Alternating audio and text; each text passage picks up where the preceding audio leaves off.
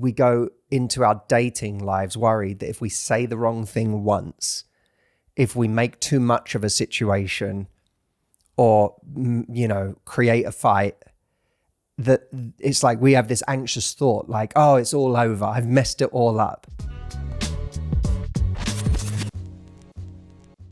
Hello, Stephen. Hello, Audrey. Hello, Pod Squad. Welcome back, Stephen, from London. I'm back for this one's birthday. Yeah. How do you feel? I feel good. Do you guys want to hear my toxic birthday trait? Okay. What I do is I don't want people to make a fuss of me on my birthday. So I don't tell people it's my birthday. I don't talk about it. I don't share it. No one knows. And then my birthday rolls around and, most people don't know it's my birthday because I've not told them. And of course, how would anyone know unless you tell them? I'm just finding out right now. And then what happens, I get really sad that no one's made a fuss of me. Oh, that is so toxic. That is so toxic. A little bit, but it's like, can't have it always. So this year I've made a real effort to mention to people that it's my birthday in passing so that people send me a text. And I think people relate to this trait of like not wanting a fuss to be made of them, but then being sad that no one makes a fuss. It's kind of a weird thing that, happens, right? I relate to it as well. I'm gonna do a better job leading up to my birthday too, which is not long after yours. I know. Well, we have a big episode coming up today. This episode, we're going to be focusing a lot on relationships. A lot of people ask us to do more relationship-based content, not just dating. And we thought we'd give the people what they wanted today. So we're going to be talking in this episode about what creates successful relationships. We're going to talk about relationship hacks. What are some secrets to great relationships that are not talked about nearly enough? We're going to be talking about micro resentments and how they can actually be the silent killer of relationships and what some of those are in many relationships. We're going to be doing a listener question from one of our Love Life listeners. And of course, the much loved, much anticipated Steve's sleeves. I've got one for you. These sleeves are ready. Coming up also for all of our Love Life members on the 16th, we have Stephen's live coaching session. Audrey, you are going to be doing a live coaching session on the 28th of May. And I will be seeing anyone who cares to be part of it in the UK on August the 28th for Love Life Live London. That is a quadruple alliteration. Summer in London, baby. It's magical. I mean, I can't wait.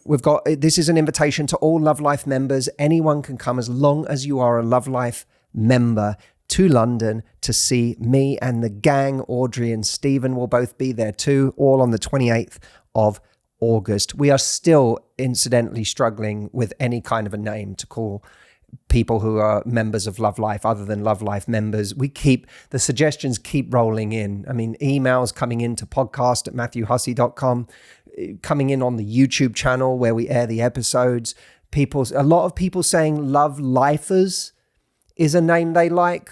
Yeah, so I went for an abbreviation of, you wanted Love Life incorporated into it, so I went for Live Loves. The Live Loves. Live Loves, though, is pretty good. Let us know what you think of Live Loves. I think it's perfectly silly. But if you have a better one, that's silly and ridiculous, like the Love Life Bombardiers, then we are also accepting more silly names. So all of that is coming up in Love Life. I think that's it. We can move to the show. Just before we start, Matthew, sorry to stop you. I'm just registering people for an event on the 20th of May. Can I just pop your details down? Sorry, what, in the middle of the podcast? Every person counts. I'm just going door to door doing my job. So what should I put you down as? Sorry, this is for my event on May the 20th around dating. Well, yes, Matthew. What other event would I be talking about, sweet? But it's my event. You still have to register. Well, have you registered? Yeah, obviously. Stephen made it really simple. Well, what's the process? All you have to do is go to lovelifetraining.com. You can pop your name and email, and then you get a spot on a free masterclass. Yeah, and it's completely free. Yeah, I know it's free. It's my event. If you register. Well, since you know so much about it, what will I be covering on this event? Well, I'll tell you. You're going to be covering avoiding the number one mistake that keeps people stuck in casual situationships. Okay, well, that is spotting true. time wasters and find the people who are serious about dating. keep someone's attention without playing games. Oh, yeah. Use specific follow-up text to turn a great first date into something more. Yes, that's true. I will be covering all of that and more. Thank you, Stephen. That was really concise. No problem. I'm glad you've registered, Audrey. I wrote that. So I'll just pop you in the list and then we'll see you at the event. How do I do it again? Lovelifetraining.com. I'll do it now. David, roll the theme song while I do that. Okay, so we are talking today about what creates successful relationships. And we have, for each of these episodes, we've been putting a poll up on Instagram at the Matthew Hussey for anyone who doesn't follow me currently. What did we put in our poll for this episode? So we started out with a question which said, which behavior do you see in other people's relationship that you believe makes them succeed? The options were, they have the same values, they have great chemistry, and they are in each other's leagues. What do you guys think got the most votes? Great chemistry, in each other's leagues, or have the same values? I'm going to say that because this was what makes a relationship work long term. I'm going to say people said values. I'm going to say values. Okay. Because chemistry, I would say chemistry gets you off the ground.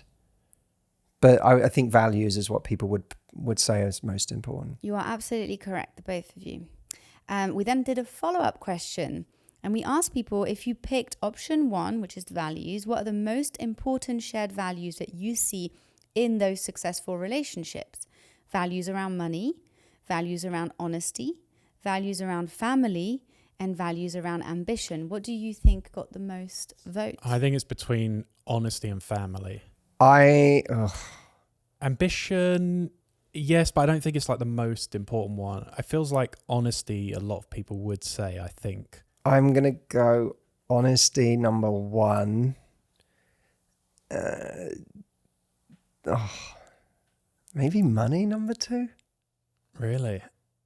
So the answer is honesty got the most votes by far with 71%. Whoa.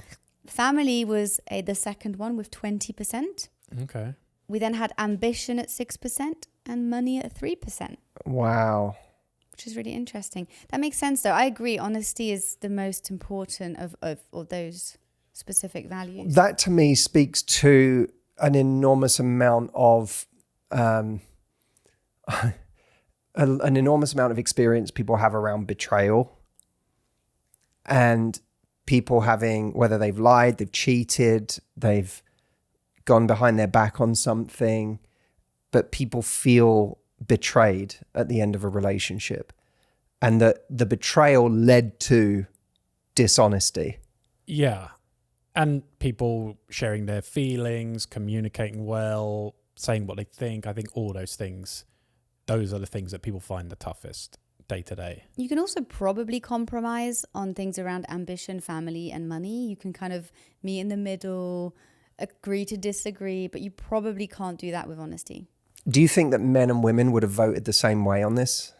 Family, honesty, money. What was the last one? Well, family, honesty, money, ambition. But honesty, I'm wondering if it was an all-male audience. And of course, we have a lot of men in our audience, but I'm wondering if it was all men, they would still be voting the highest for honesty as the reason. I think so.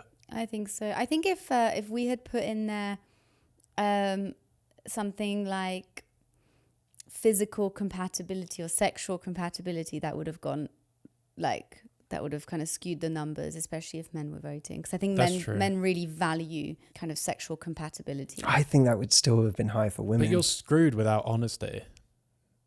That's the point, right? You could have enough ambition, enough money. Honesty is kind of one of those things where you feel like, oh, I could always have more. Yeah. I could always have more honest in my relationship. Wait, did you have some data around a research around successful relationships? Because this is very anecdotal. This is obviously taken, I mean, it's, quite a few thousand people actually voted in this poll. I think it was something like 20,000 people. But we have a study from the Gottman Institute, right? So it'd just be interesting to see those numbers. Yeah, well, I've been just looking at some different things by the Gottman Institute because they are fascinating. It's John and Julie Gottman, a wonderful couple. They are famous for doing these kind of long relationship studies on different couples over time, and a lot of people will be aware of some of their fascinating work. But one of the big things they talk about in communication that we've talked about before is responding, how responsive you are to your partner, and specifically responding to what they call their bids for connection. And they even had some data that said successful couples turn toward their partner 86% of the time. So a bid for connection can be literally your partner saying, look at this funny meme. I had a really hard day. They lean in for a hug. Or they say, do you want to grab lunch together later? Any of those are forms of bids for connection. And they say, in terms of success, one of the most important things is how often you turn towards your partner. Literally, they go, make it a goal like, how much can you say yes if your partner is making a bid in that moment? Which is, 86% is a lot, right? Like your partner makes bids, you got to respond 86% of the time. It's a lot when you consider how many memes Audrey shows me. How lucky are you that I send you such funny memes? And I know you've spoken about how Audrey enjoys talking in your relationship, maybe more than you do. And it says people in the most successful relationships spend 5 more hours a week being together and talking. That is just, the data don't lie, babe. The data don't lie. The other thing Thank you, Stephen. The other thing I think is really fascinating is they talked about this idea of love mapping, where basically it's like getting a sense of your partner's internal world, like the quality of your questions. And so they said things, even just saying, what do you need today? How do you feel about your new job? How are you feeling about the fact you're going to be an auntie or a grandmother?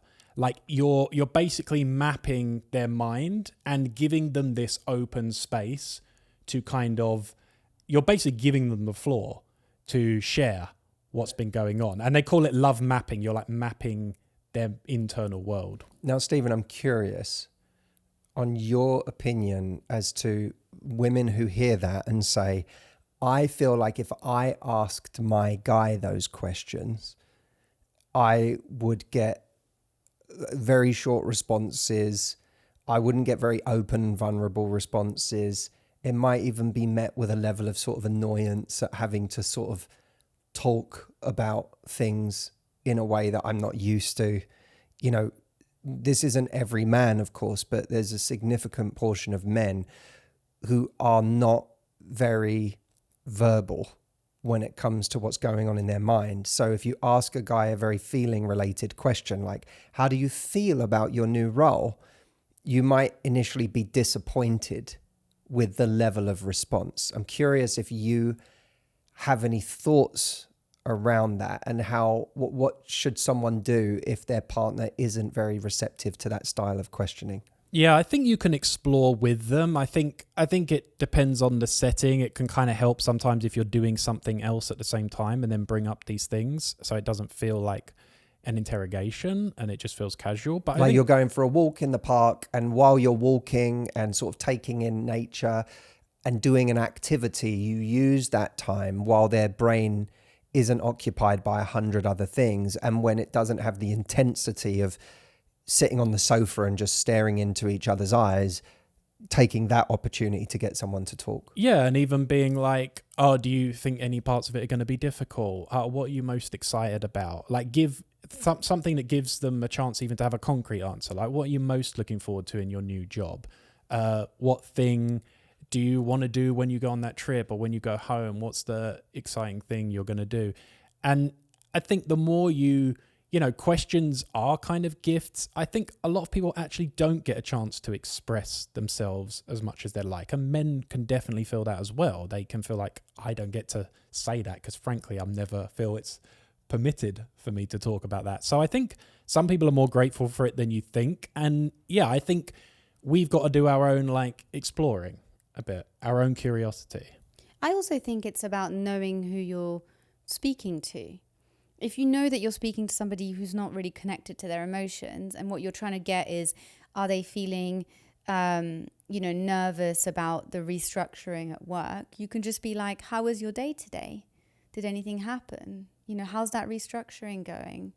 You know, how's that? You know, you can kind of just ask questions and almost open up the floor for the conversation to be had, rather than like, you know, are you feeling anxious about the restructuring? Are you having any negative emotions you want to talk about? Which I think would be a bit like overwhelming for someone who's not comfortable talking about their feelings. So I think you can go into it as well in a way that is suitable for the different personalities you're speaking to. Like, what's it like? Is, you know, how does it feel to be in the middle of that? Or that sounds kind of tough. And does it feel tough? Like, what does it feel like for you? Like, it's sort of setting them up with neutral questions that allow them to take it in any direction they want. Yeah, and then the point I'm imagining in this is that what you're doing is you're giving, to your point, Stephen, you're giving your partner the opportunity to speak about something, which sometimes I think you don't feel like you have permission to speak, or you don't want to talk about something because you're scared it's going to be boring or it's going to be indulgent. And to almost say to your partner, I'm thinking of you and your experience and what's going on in your world, and I'm sort of being generous with my time to take the time to ask you about it. Even if you don't have the best answer for it, even just knowing that your partner cares enough to remember to ask you, I think is really meaningful. Yeah. You do something which is lovely, where you will ask me, you know, what do you need today? Like, what's a way that I could support you today? That's one of the ones they mention as a mapping. It can just be that. They said, what do you need today? Yeah, they said that can be a really, really powerful one. The other thing they said is, we've talked about this before, but this golden ratio of positive to negative interactions, they say is you want 5 positive interactions for every 1 negative. And in bad couples, you have 0.8 positive interactions for every 1 negative interaction. So basically you want this ratio of 5 to 1. And those positives can be anything from a moment of appreciation, shared laughter, doing something nice together, having a good meal, whatever, for every 1 moment of, you know, something that niggles you. Like cheat meals. You the 80-20 rule, you know, eat well 80% of the time, and then on the weekends. Yeah, that's true. But there's something to that, you know, I've been sort of taking care of myself in the last few months, and I've been pretty consistent with it in terms of, you know, working out and doing jiu-jitsu and eating well. And one of the things I'm reminded of, which I always find really encouraging when it comes to trying to be healthy, is that you actually don't need to be nearly as perfect as you think you do when you're scared about being healthier. You know what I mean? When you're overwhelming yourself with the idea of eating well and the idea of working out and all of the discomfort that those things bring up for many of us, myself included, that I'm actually always pleasantly surprised with, if I'm consistent, I actually can mess up a lot more than I think, and still my trajectory is good. And there's something comparable there with relationships, that I think a lot of people, especially anxious people, go into relationships feeling like they have to be perfect, feeling like they can't put a foot wrong. We go into our dating lives worried that if we say the wrong thing once, if we make too much of a situation, or, you know, create a fight, that it's like we have this anxious thought like, oh, it's all over. I've messed it all up. I should never have said that. I should never have done that. I've had that thought before where I'm like, I should never have sent that text. I've screwed it all up now. I've done it. But actually what's encouraging is that you can have those moments where things go wrong. You can have those moments where you have an unnecessary argument, or where you know, say the wrong thing. You just have to make sure that the trajectory of the relationship continues in a really positive direction. And the way you do that is by having, 5 positives to every 1 negative interaction. And the key insight here is frequency matters. Like, in a way, it's the frequency of affectionate.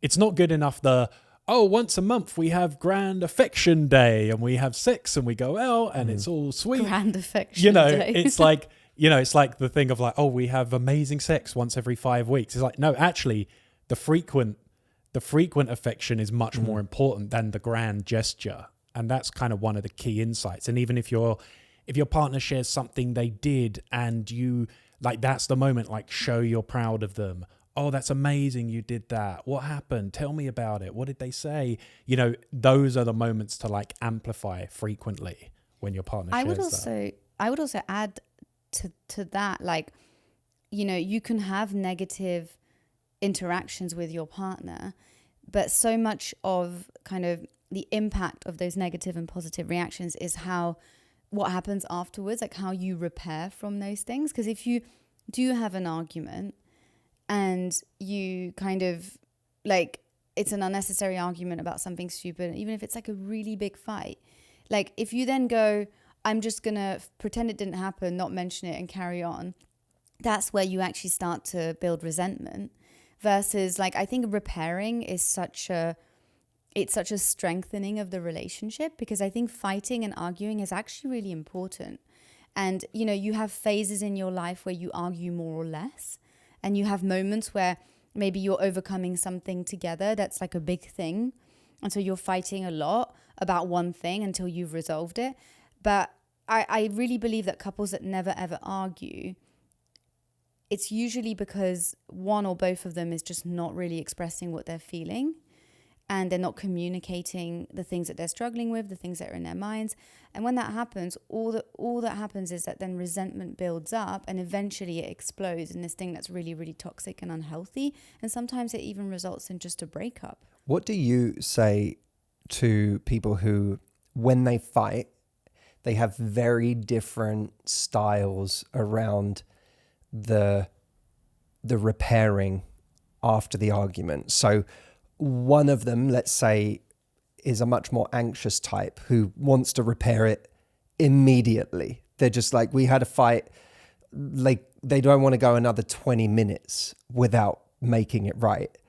And another person, let's say, needs space. They're more on the avoidance side, where they're just like, the way I need to come back to the table is by going away, processing, thinking, getting space, and then coming back. But of course, that's exactly the thing that riles up the anxious person, because it gives them all what seems like an eternity to process 1,000 different thoughts that are catastrophic about, they're going to break up with me, I've ruined the whole thing, we're never going to be okay again.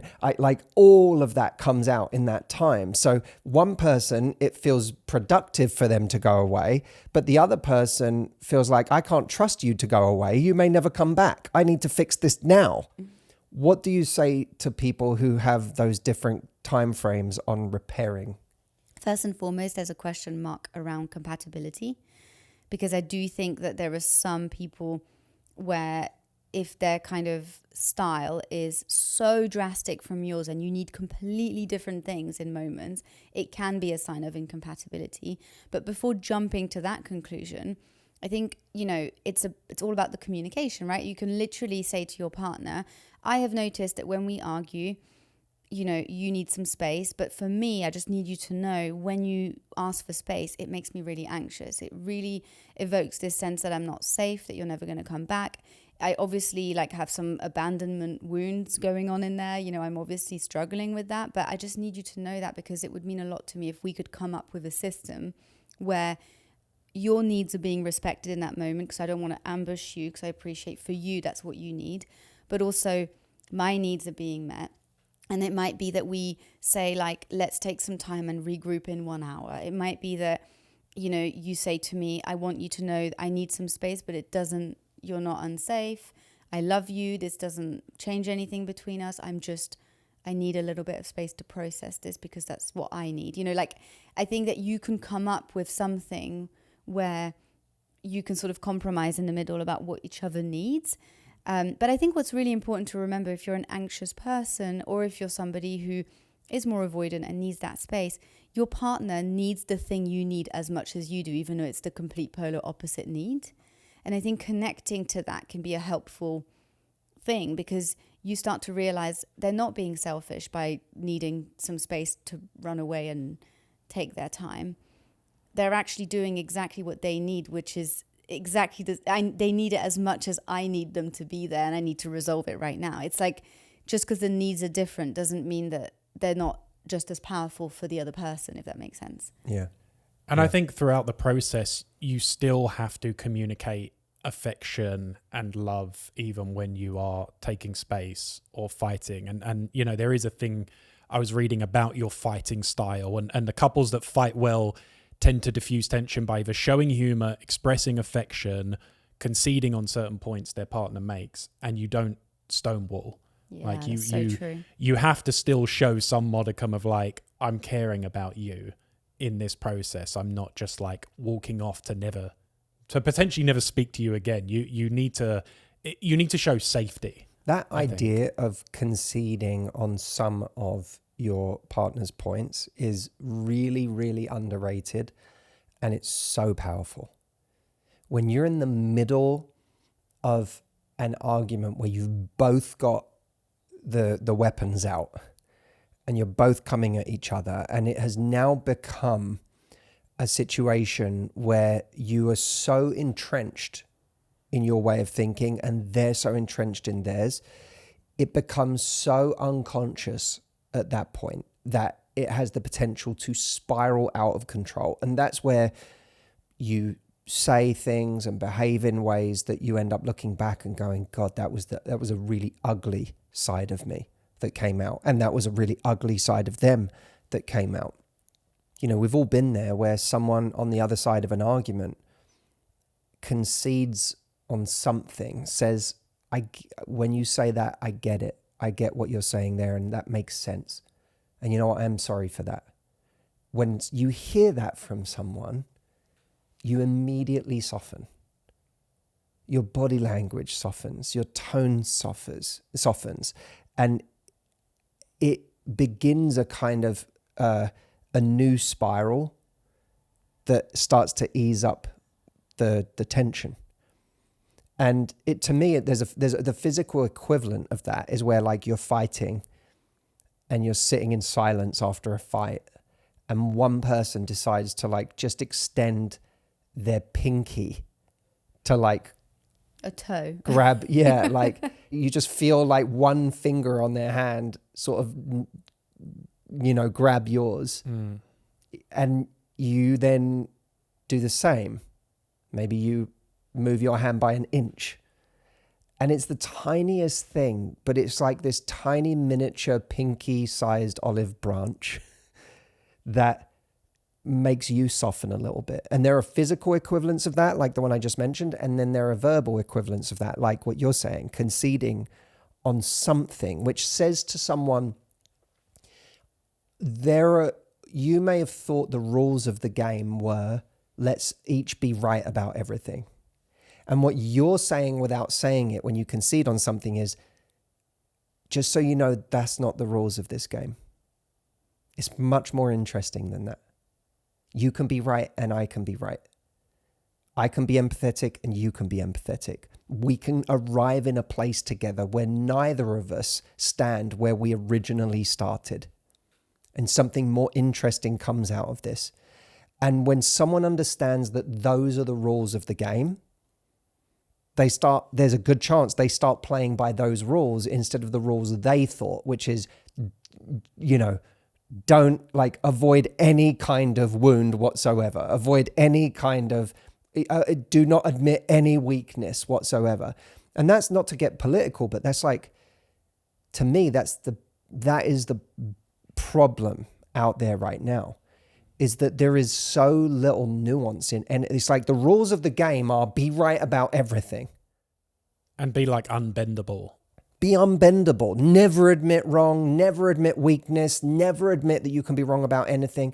And that's such a boring game to be playing, because we all know it's just not true. On both sides, we all know it's just not true. Yeah. On both ends of the spectrum, whichever side you're coming from. It cannot be true that you're right about everything. Yeah. And it cannot be true that they're right about everything. And it can't be true that we never make mistakes. If you look at so much of the world right now, those are the rules of the game that have been set up. And that's why the relationship between people is horrible. It's why we have a terrible relationship with each other, many of us. And if you if you say that's on a macro level what creates horrible relationships between different sides in a country, it's the same thing in a couple. And if you want a different relationship, you have to start playing by a different set of rules. You know what's really interesting about that is I think as well, remembering you're not adversaries is so important. Like when you're in a relationship, you are a team. And so when you fight, it's almost like, what's the end goal in mind? Is the end goal to be right and to prove your partner that you are right and that they are wrong and they need to make it up to you? Or is the end goal to come out stronger? If it's to come out stronger, it's not going to be binary like that. And that's a really important thing going into it when you're fighting, is like having your end goal in mind. And also, I will add this, which I think is really worth talking about, is the resentments that lead to those arguments becoming toxic. Because I think as well, if along the way you haven't articulated and spoken about your resentments and the things that you're feeling, it's almost like, for instance, let's say you feel like your partner doesn't give you enough of their time. And you're feeling this, but you haven't really articulated it.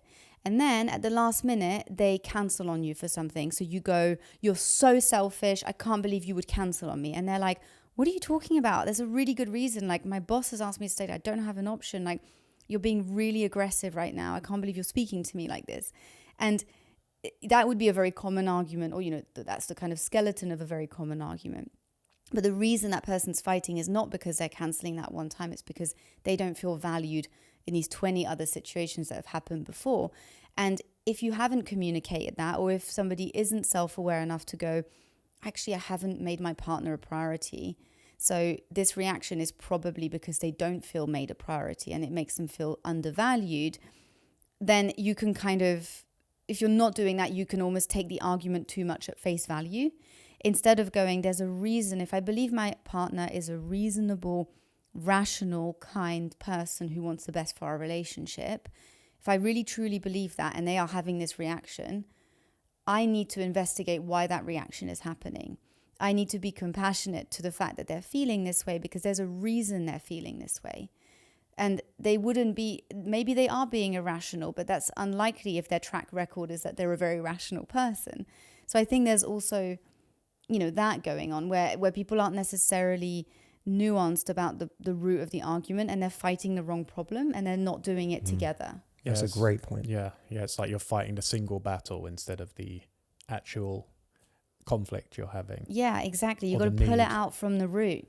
There's a thing you said that does relate to the Gottman's advice, which is very interesting. You were talking about people being unbendable.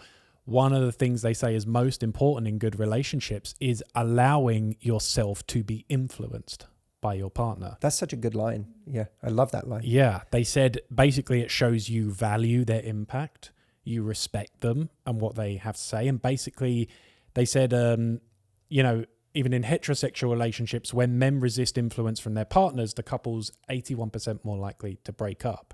Like if you don't allow the fact both ways that my partner has some better ideas than I do, my partner has some ways of living, my partner has thoughts, that I need to accept some of their influence. But that's because respect is so important in the functioning of a relationship. Like if you respect your partner, that's kind of everything. But that gets into some interesting gender dynamics though, where I'm seeing more and more rhetoric from a certain subset of guys who want to believe that they should be in charge. You know, I did a Red Table Talk episode with Jada Pinkett and a whole group of people where there was some very vocal male opinions around the table about how the guy should be in charge, the guy should be the ultimate decision maker. And I sat there kind of slightly in horror because I was like, this is, firstly, that's a mandate for an abusive relationship, period. Mm-hmm. And there are no shortage of women who have been in relationships where it's like the guy's like, I'm calling the shots, I'm in charge, I'm the decision maker, and that creates a kind of dictatorship within a relationship. But when you start to kind of proselytize about that idea, what you get is a bunch of guys who feel that by to be influenced by the woman in their life, to believe that to say you had a better idea than me. Let's go with what you said, because that's actually better. Or you're teaching me lots of things. I'm learning a lot from you. To say that would be to disrespect yourself as a man in the relationship who's supposed to be the one in control. And there's something incredibly secure about men who can be in a relationship and do this. It's interesting that the Gottmans back it up with their research, that when a guy can't be influenced by the woman in his life, the relationship is far more likely to fail. And what's interesting, I think it goes both ways as well. Like it goes, absolutely. But I'm saying, I think there's a cultural thing. And I think, especially because of the kind of rhetoric I'm talking about, men have more baggage around the idea of being receptive to the great ideas from the woman in their life. And and that to me is a tremendous shame. And it's a bit like what you're saying, Steve, is the Gottmans are saying, respect is at the heart of successful relationships. But that is what I think what a lot of relationships suffer from, is a guy feeling that he's not being respected if he's not being called amazing all the time for every idea he's having, and if he's actually being receptive to good ideas from the outside, not least of which from the woman in his life. So you've got like two ideas of what respect is there that are butting up against each other. Yeah. And I just think in any partnership like that, it's just not going to be possible if you're like basically saying I'm a fixed entity and I can't learn from you. It's like sort of like, what are we doing here? What's the point? And if we're already like these finished products, and B, yeah, you're not showing that curiosity. You're not showing that openness. And it's very like, it's an unattractive quality, not being open, right? It's just... Can you talk about also the thing you shared with me before the show about successful couples bringing out the best in each other? Yeah, so there was this really great point that I loved, and me and Audrey were talking about how couples that are the happiest bring out the best in each other. And this is called the Michelangelo Effect, but it's basically you help each other move closer towards your ideal selves.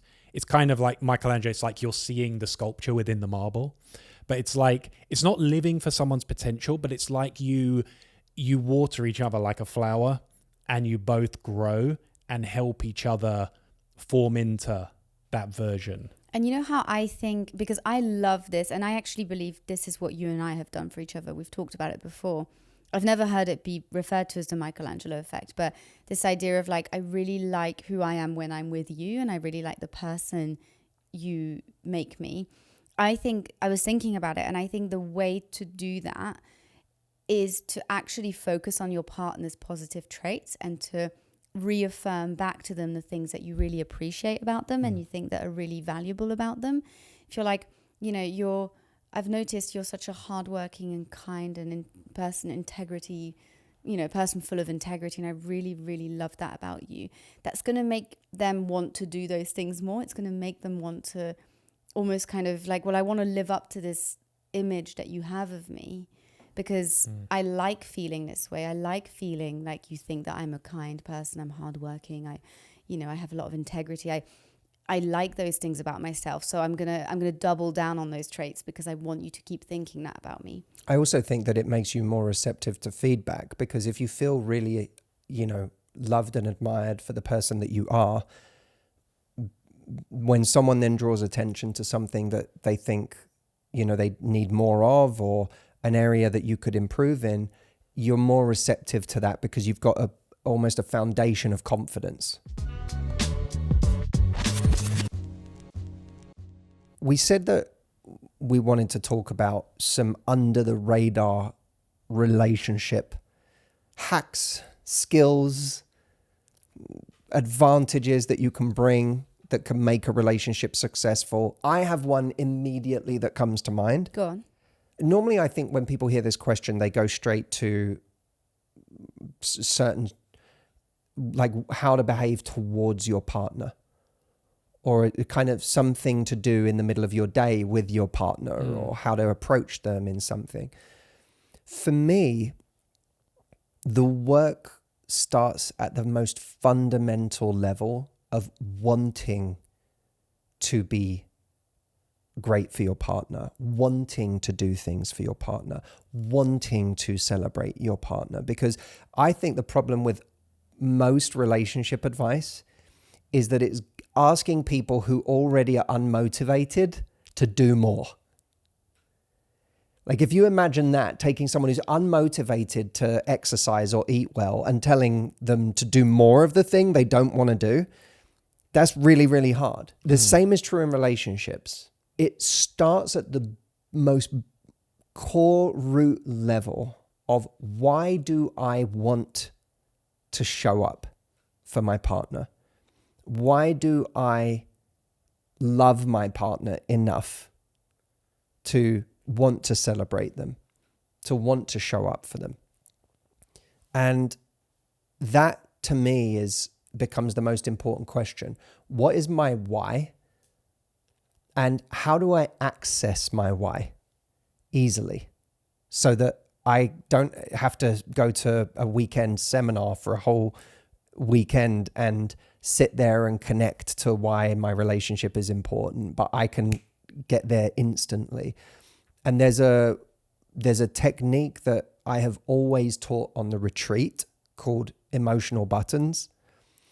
And it takes me several hours to do this with people on the retreat, but to give a précis here, emotional buttons to me are the moments or the triggers for a thought or a feeling that you want to have more regularly. Like a shortcut. They're like a shortcut to an emotion.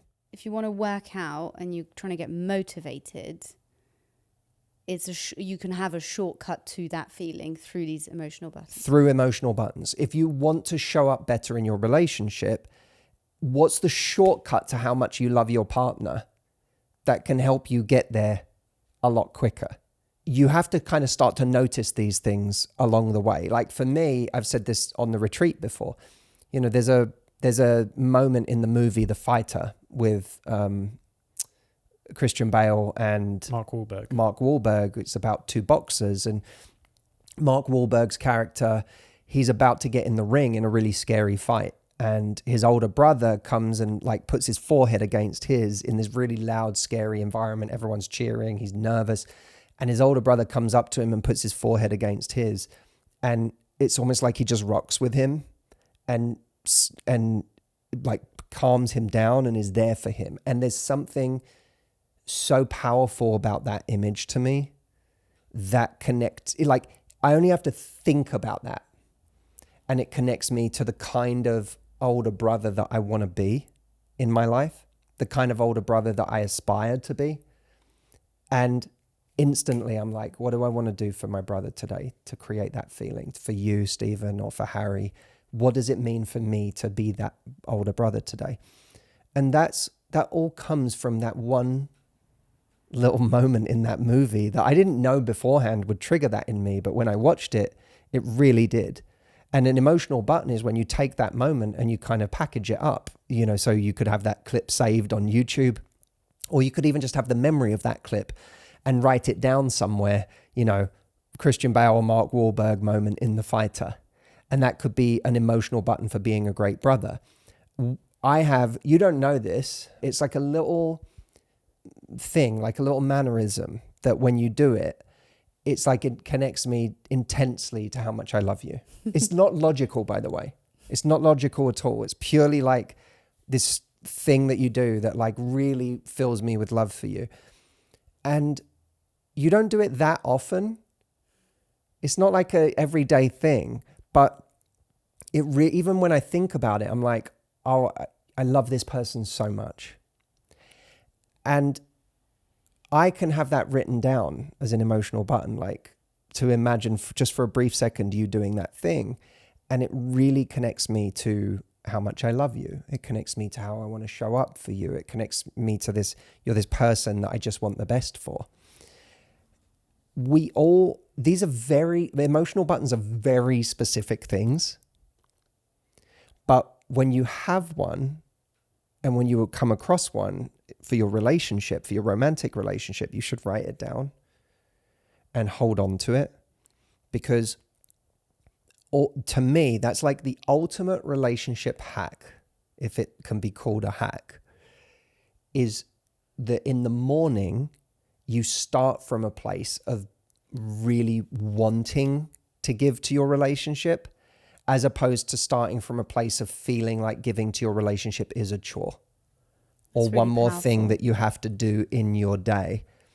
And in the same way that like the ultimate hack for building a successful business is to wake up every day and want to.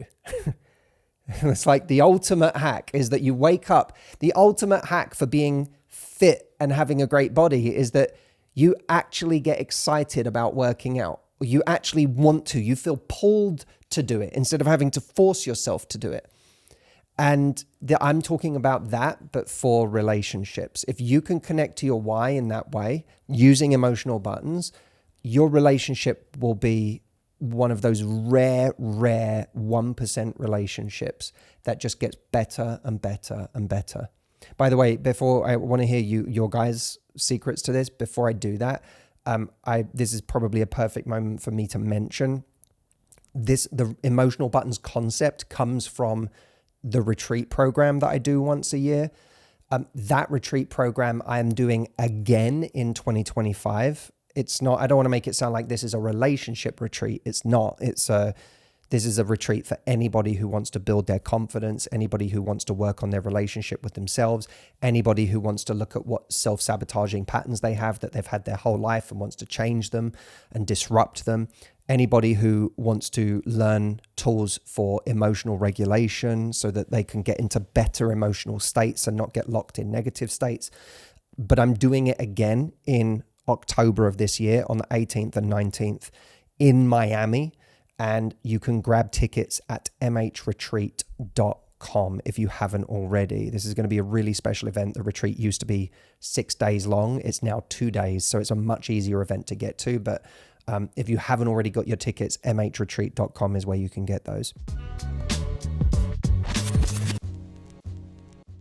Audrey and Stephen, I'm curious to know what your under the radar relationship hack or skill is. Well, one of them you did touch on, and mine was had a similar one, which is noticing micro gestures and observations. I wrote down, which is, the Gottmans do talk about the fact that in unhappy relationships, people miss 50% of the positive things their partner does.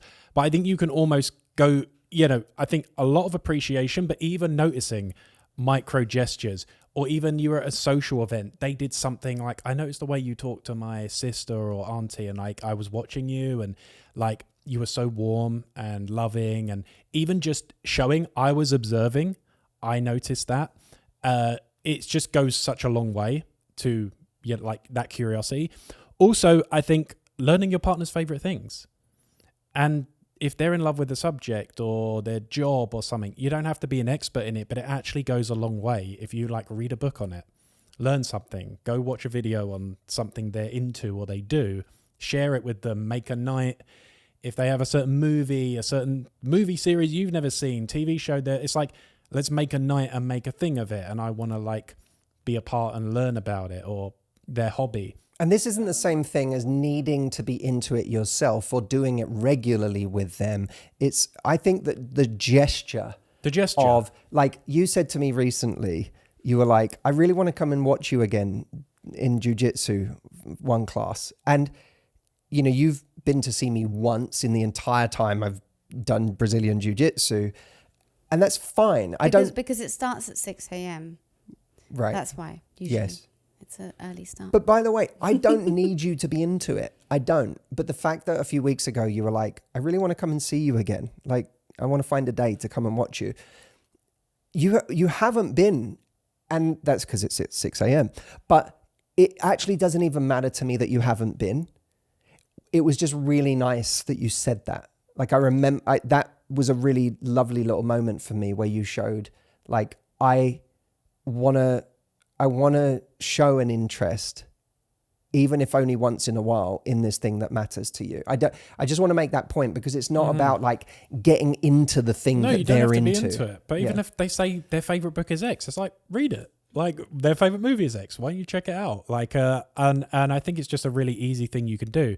And I think just certain acts of service, like taking care of certain things, can be a really good way of showing love, of just like taking care of dinner, booking tickets, getting a ride home, for just something that shows like I pre-thought of your comfort and pre-thought of that, or I planned a thing where you're going to be pampered, or I'm going to massage, or blah, blah. It just shows like I've made a way of making things a bit more cozy for you. And I've thought about your comfort. Audrey, what was yours? Well, you've kind of touched on it already, Stephen. It's I really believe in the observational compliment. So I think I think a lot of relationships struggle with the feeling of not being appreciated. I know this is especially true when it comes to women, and especially true when it comes to mothers. But I think it's also just both partners can feel very underappreciated in the things that they do. And I think sometimes we make the mistake of appreciating our partners for the things that we value, not the things that they're doing. And so even if you're not, for instance, let's say you're somebody who doesn't care about the house being tidy, but your partner has tidied up the whole house, you should still say, I noticed you tidied up the whole house. Thank you so much for doing that. I really appreciate it. It's so much nicer when it's tidy. Even if it's something that you don't really value or care about, the observation, and it can be big and small. It can be tidying up the whole house. It can literally be like, I don't know. I noticed you do so much with my mum, and you're so kind to my mum, and I really appreciate when you're like that. Like, it really makes me value you a lot, because, I just really appreciate it. I think that the observational compliment is really, really powerful, because it makes people feel seen and appreciated at the same time. And I really, really believe that underappreciation is one of those silent relationship killers, where we can take each other for granted, not appreciate the big and the small things that we do, or we appreciate them, but we appreciate them silently instead of actually saying it. Like, it takes 10 seconds to just say, I'm really grateful for this. I'm really grateful for this. And it makes all the difference to the other person. You actually did it to me this morning. You turned around to me and you were like, I want you to know I'm really, really grateful, because I noticed that you do X, Y, Z. And on top of it, you also do this and this. And it doesn't go unnoticed how much effort and energy you put into all of this, and I'm really grateful. And it really meant so much to me that you said that. And I think it's so simple. That took 10 seconds? And it was just like, it was a really, really powerful But thing. it takes 10 seconds and a big why. I think it's really, really important to connect to that, because the reason a lot of people don't do the things that would take 10 seconds is because they are not connected to their driver for wanting to do it in the first place, or they don't feel connected. I don't mean by that like I wasn't connected to the result I was trying. In that moment, I did it because I was connected to a result I was trying to get. It wasn't that. I was connected to you. I was connected to why I care so much about you, and why I'm so appreciative of you. Why am I so grateful for this person?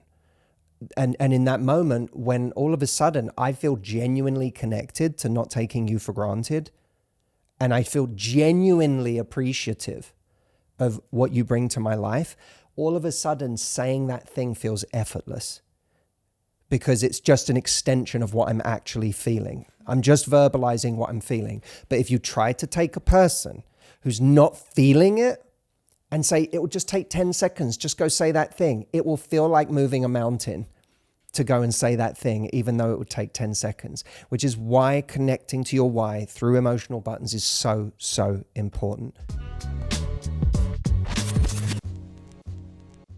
All right, it is time for Love Lifeline. We have a question that was sent in to podcast@matthewhussey.com. This email is from Anonymous. She did ask to remain anonymous, so we will honor that. She says, hello, I sent you an email a few weeks back when I was struggling through the beginnings of a breakup. I'm still in the thick of it and have been listening to your podcast non-stop. You guys are the best and have offered me so much insight, even though it is still so difficult. Me and my ex have reached the stage of our breakup where I'm beginning to realize it's over for good. That's a really hard stage, isn't it? When you realize like it's truly landed as a realization that, oh, there's no more hope. This is done. I broke no contact to ask him if there was anything I could do to change his decision. And he said, I miss you, but I'm not going to change my decision. I remember a situation like that where I thought they're going to have a turnaround.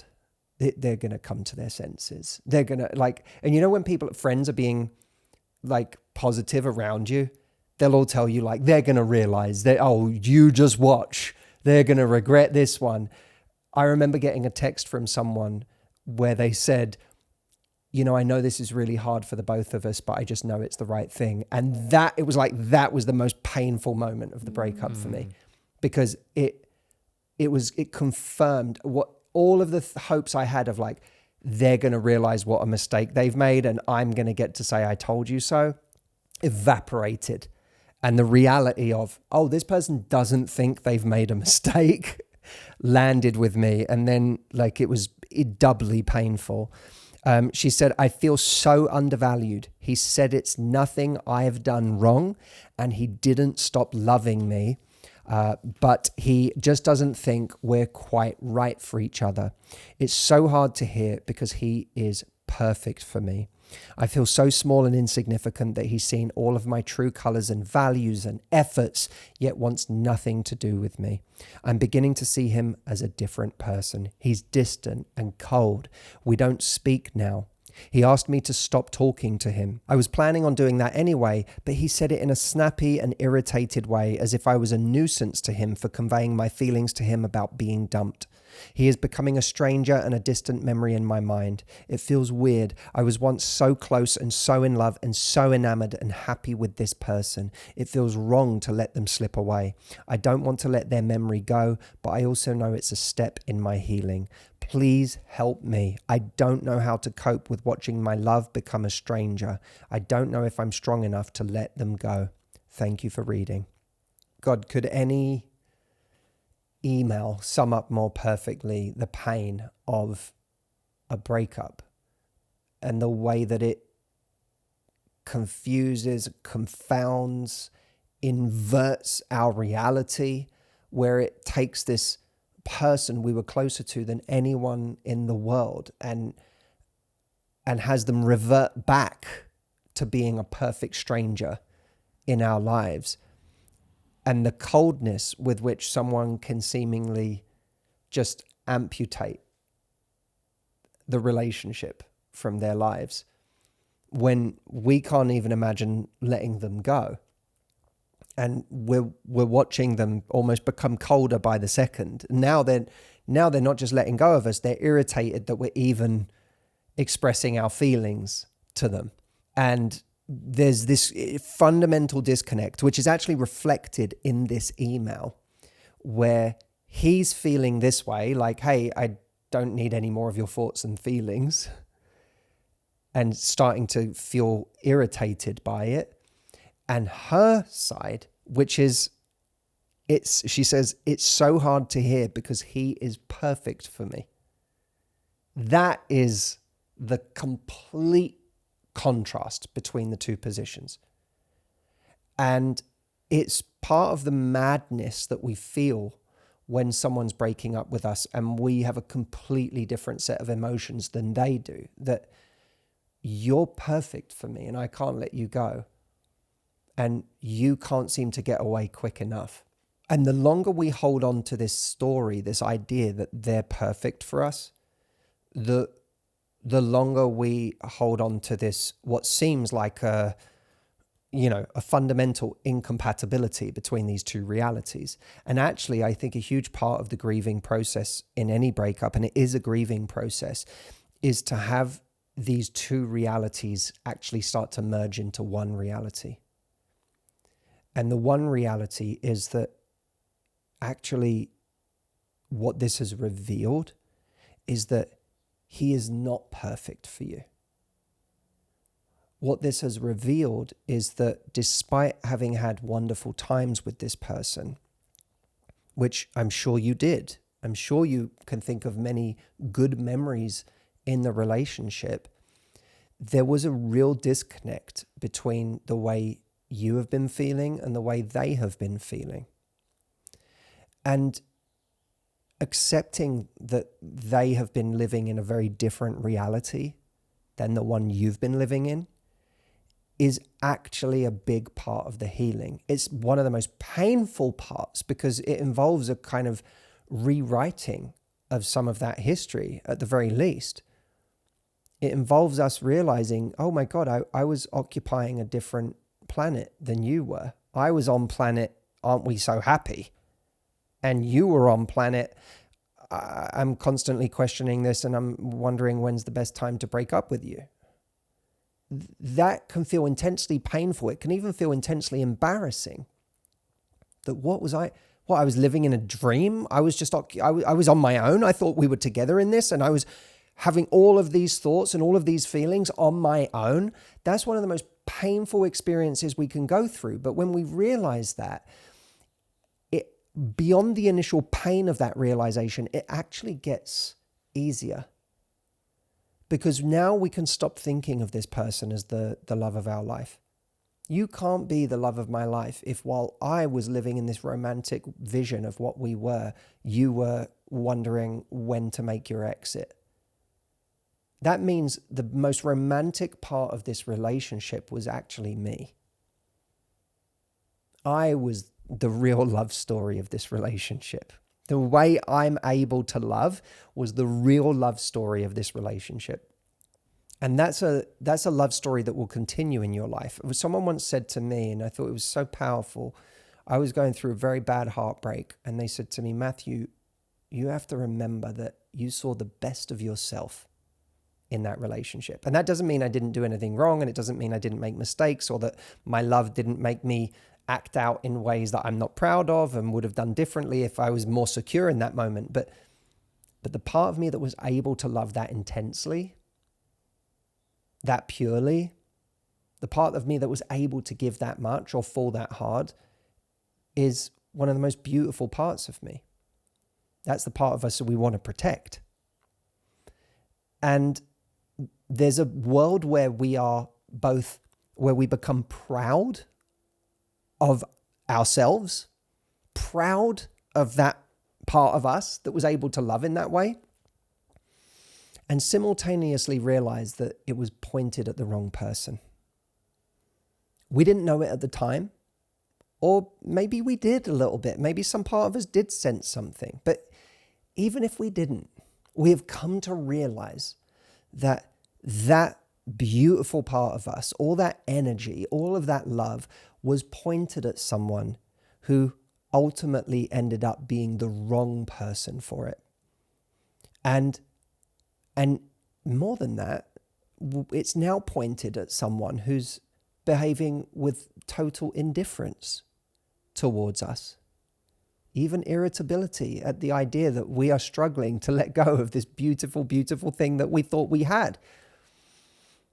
And when you realize that, you can start to realize that, oh, this person doesn't deserve this part of me. The question is not, how do I let this person go? Who's the love of my life? Who's perfect for me? No, the point becomes, this person does not deserve all of this from me. Someone who doesn't value me, someone who shows such indifference towards me, someone who doesn't want to be on this path with me, does not deserve this part of me. And someone out there does.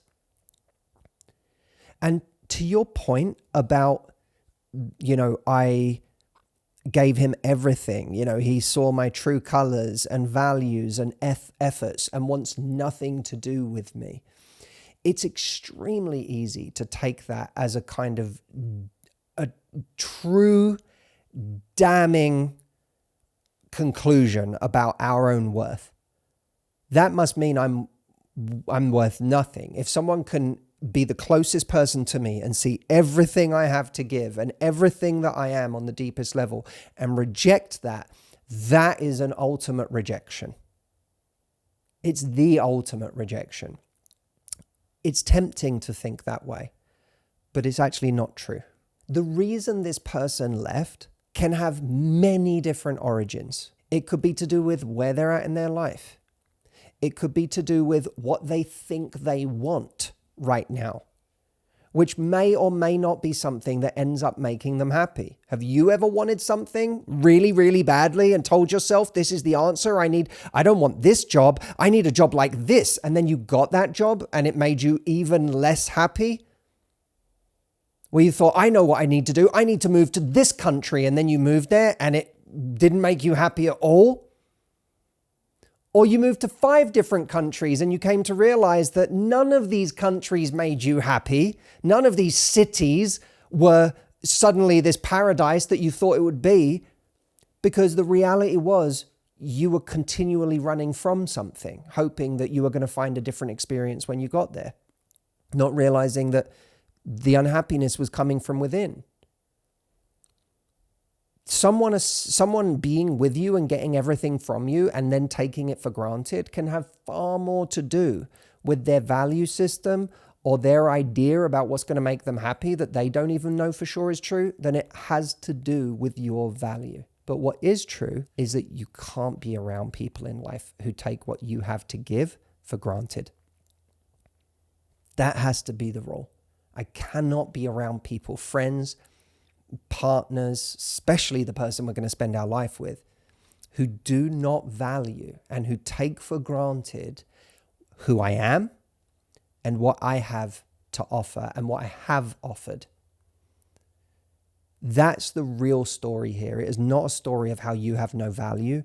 It's a story of how this person has ceased to have any value for you and no longer deserves this canon of love that you have pointed at them because you've convinced yourself that this is the perfect person.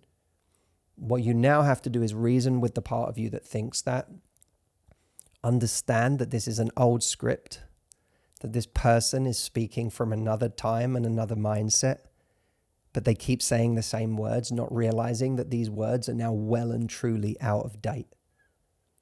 And the wiser, larger part of you now has to reason with that person and let them know that the story has changed, and needs to comfort them in knowing that a better story awaits. Wow. Mic drop. Well, I think that the person who wrote this email, along with anyone else who's struggling today, needs a healthy dose of Steve Sleeves. Absolutely. And before we do that, we need David to do a new theme song. I absolutely agree. Before that as well, anybody else who wants a Love Lifeline question answered, we are taking written and audio notes from our members. So please send them in. Yes, you can literally take your phone out right now, record a question that you want us to answer live on the podcast, on your voice notes, on your voice memos.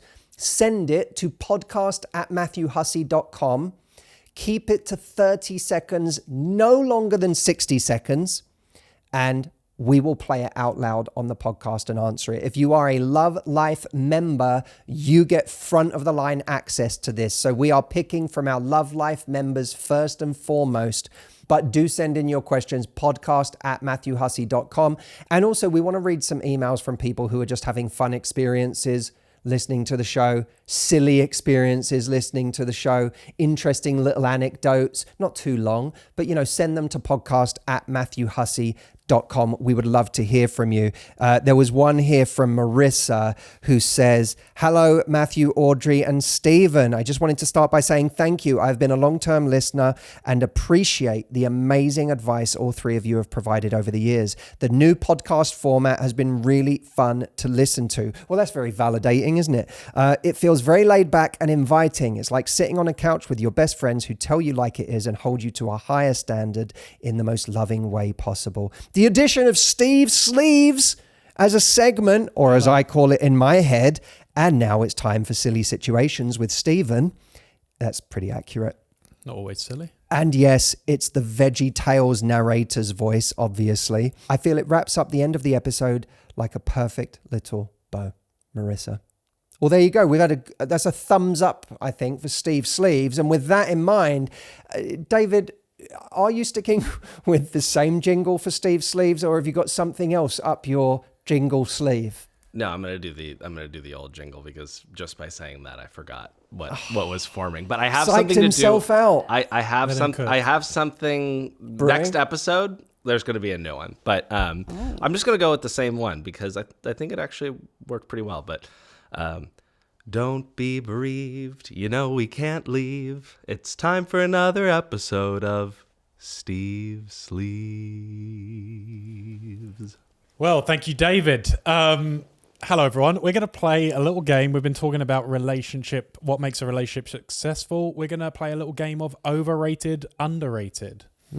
So I'm going to give you some classic pieces of advice that make a great relationship. You're going to tell me overrated, underrated, or appropriately rated. Okay. Scheduling a standing weekly date night. Underrated. Underrated. It's quite a popular piece of advice. Yeah, I was going to say it's appropriately rated. Okay, so it's good stuff. Rated. That's appropriately rated. Appropriately rated. Okay, fine. I think. Okay, fair enough. Although I think you don't have to change your answer just because everybody else in the room. No, but I realised it is probably one of the most like sort of played out pieces. I happen to think it's a good thing, but it's very played out as a piece of advice. Okay. I think once a week is quite a tall order. Yeah, it is. But should we change it to fortnightly? I think fortnightly is more manageable. Let's start fortnightly and then work your way up to once a week. Once a week sounds immediately overwhelming. Okay. Going to bed at the same time every night. Underrated. Really? Yeah. That's important. I think it's important. I really believe in the power of going to bed together. But it does cause some little frictions in the evening because Audrey wants to watch another episode of The Pit. And I want to go to bed because I've got jiu-jitsu at 6 a.m. in the morning. You're quite an early bedtime man. I'm a bit of a night owl, so sometimes it's tricky for me. But it is nice when you get in bed at the same time. Oh, I know. When I get a work-related email from you at 2 a.m. Okay. Doing some kind of annual or quarterly State of the Union relationship check-in. Probably underrated, I would say. Because how many people are really doing that? Yeah, exactly. And I think sometimes you might be in a relationship where those kind of conversations happen organically along the way. But if you feel like that's not really how things work in your relationship, I think having an intentional time in the diary to actually talk about things is really good. Lee Cockerell, who was the he was like the manager of parks at Disney years ago. I think I'm getting his title right. He was managing thousands and thousands of people. He said that he doesn't believe in yearly reviews of staff because if you need a yearly review, you are not giving your staff feedback nearly often enough. That you owe them feedback when it comes to you, not constantly deferring things you want to say to them until some time once a year when all of a sudden you're going to tell them everything you've been thinking over the course of the year. And I think that ties into what you've said, Audrey, that if you're waiting once a year to tell your partner, like if that subconsciously you've got all these things you're saving for a time when you're going to say them to your partner, you're probably not saying them nearly often enough throughout the year. I don't actually have a problem with a kind of annual review where you get a bit more high level, but I do think it shouldn't be an excuse for not giving feedback throughout the year. Okay. Never going to bed angry. Oh, I don't believe in that. Overrated. Overrated? Yeah, overrated. You should go to bed angry because when you sleep, all of your emotions dissipate. And you actually... I've really... This is such a generic piece of advice, but when people say sleep on it, like your brain actually learns how to filter out the raw, unnecessary emotion and just like distill it down to the practicality of the situation. And I think when it comes to arguments, like the whole thing that keeps us stuck is the fact that we have all of these emotions that are stuck. And so I think sleeping on it and then waking up, you always feel differently about it. And I love going to bed angry. It's and my favorite. Where are they going? They're in bed with you. Well, it's not like, don't get on a ferry angry. But you know, is a good one. I Don't get on a also don't go on an you know, helicopter angry. don't go on a tour of Afghanistan angry. But But you know, where I if you're think- not going to see them for 3 months or 6 months, but don't go to sleep. You're going to see them in 7 hours. I think where it comes from though is this idea that then the next day you wake up and you don't resolve it. And so what I do think is you should go to bed angry if you can't resolve it, and then you have to wake up and talk about it when you have a fresher head. But you shouldn't just ignore it the next day and pretend like it didn't happen. Don't make sure you resolve the fight before going into your day the next day. Yeah. And don't get on a ferry angry. It's also very hard to resolve fights at 2 a.m. when you're tired. It's not a very good time to argue. I don't know. You're sending work emails at 2 a.m. Moving on. Got the energy for that. Wearing matching holiday onesies for the entire month of December. The entire month? What do you mean? Answer the question. In the daytime, or do you mean like Okay, every wearing matching holiday onesies for 3 days in December. Oh, I think it's nice. Yeah, it's appropriately rated, I reckon, because there's Yeah. quite a lot of that on Instagram, isn't there? Mm-hmm. Okay. I don't know if it moves the needle that The much. yearly but it's- review thing is definitely an Instagram thing, you know, where like a couple will post about, they'll do like a sort of, you know, a montage, like they'll put a camera on the wall and it's like me and my partner doing our yearly review of our relationship and our goals going forward, and everyone watching it just goes, I've never done that in my life. Yeah, it's one of those things barely anyone actually does. So true. I think you could do like a Spotify Wrapped, you know, or how Spotify every year like goes through you could do that for your relationship. Yeah. And then post that on Instagram. Role-playing the entire grocery run in fake accents. What? Underrated. Probably underrated because no one does it. What? Hang on. But so it could be worth Role doing. playing. You know, you have a bit of fun on your grocery run. Let's do it in funny voices. Got to go and get a couple of Brussels sprouts today. Are you gonna get some Velveeta? I think a little chocolate pudding in the fridge wouldn't go amiss. So A everyone's little bit going of as pud? New Zealanders. Little bit of pud? Bit of pud, mate. Yeah, I think it's Yeah, great. let's not do that. Let's not do that. Okay. Well, Matt's saying underrated. I severely underrated. Underrated. No, no phone rule at the dinner table. Underrated. Underrated. Occasionally sleeping in separate beds for better rest. I don't know what the advice, you know, what's the consensus on? People say like you should sleep in the same bed, don't they? A lot, but Some people don't sleep in the same no, but bed, that's though. what that's where I was going is like, Some think people say separate bathrooms is good for couples if you can have separate bathrooms. I think there's a logic to that. I think Keeps there's a a bit real of logic to mystery. that. Exactly. A little desire. You're not, you know, having what makes a date sexy at the beginning of dating someone is you're not seeing you're not seeing the actors backstage preparing for the performance. They come out and you see the Broadway show, and that's what you came for. So I think the bathrooms thing is interesting, although, you know, I mean, how many people have this much space in their house where Yeah. they can just start having guess you separate gotta- bathrooms? Although but the sleep thing I think is incredibly personal, and I don't think anyone should lightly weigh in on people's relationship decisions around being in the same bed, because you just have no idea what's going on with people's sleep, with people's, you know, breathing, you know, snoring, needs for space in certain moments. I think that's a very personal decision. Okay.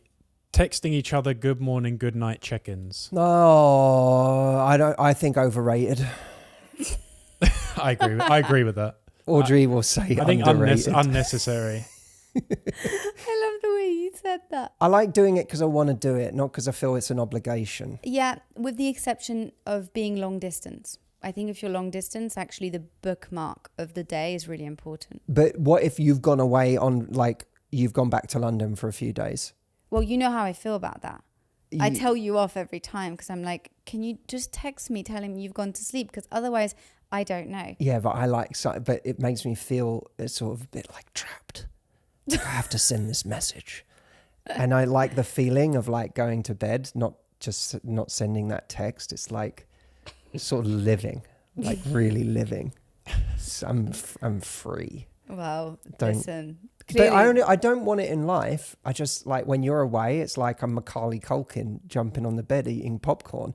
You can't tell Macaulay Culkin after jumping on the bed throwing popcorn into his mouth to quickly make that call, to quickly send that message. It's just yeah. it's off theme. Well, I don't think it's Sorry, like, Steve. We've Not got sure what's going on right now. Something about Home Alone.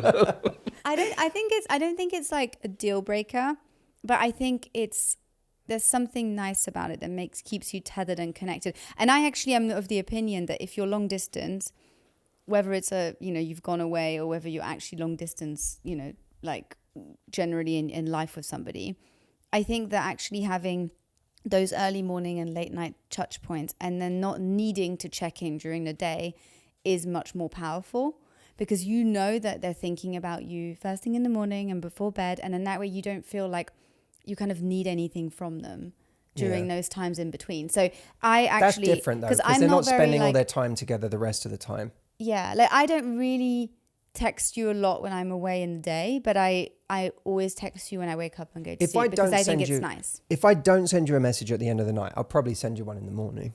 Oh, thank you. Good Stephen, to know. was there I'm any going others away that this are weekend, gonna... so I'm gonna be watching out for all this. Weekly household chore swap, doing each other's least favourite task. So you would be loading the dishwasher, and I would be... Unloading the dishwasher.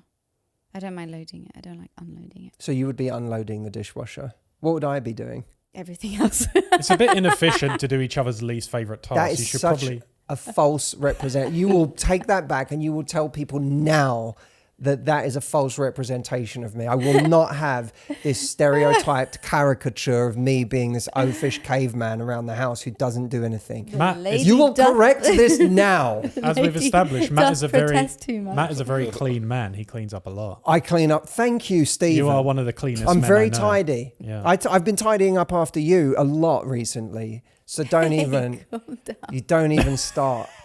It's unbelievable. Well, thanks for playing, everyone. That's our game.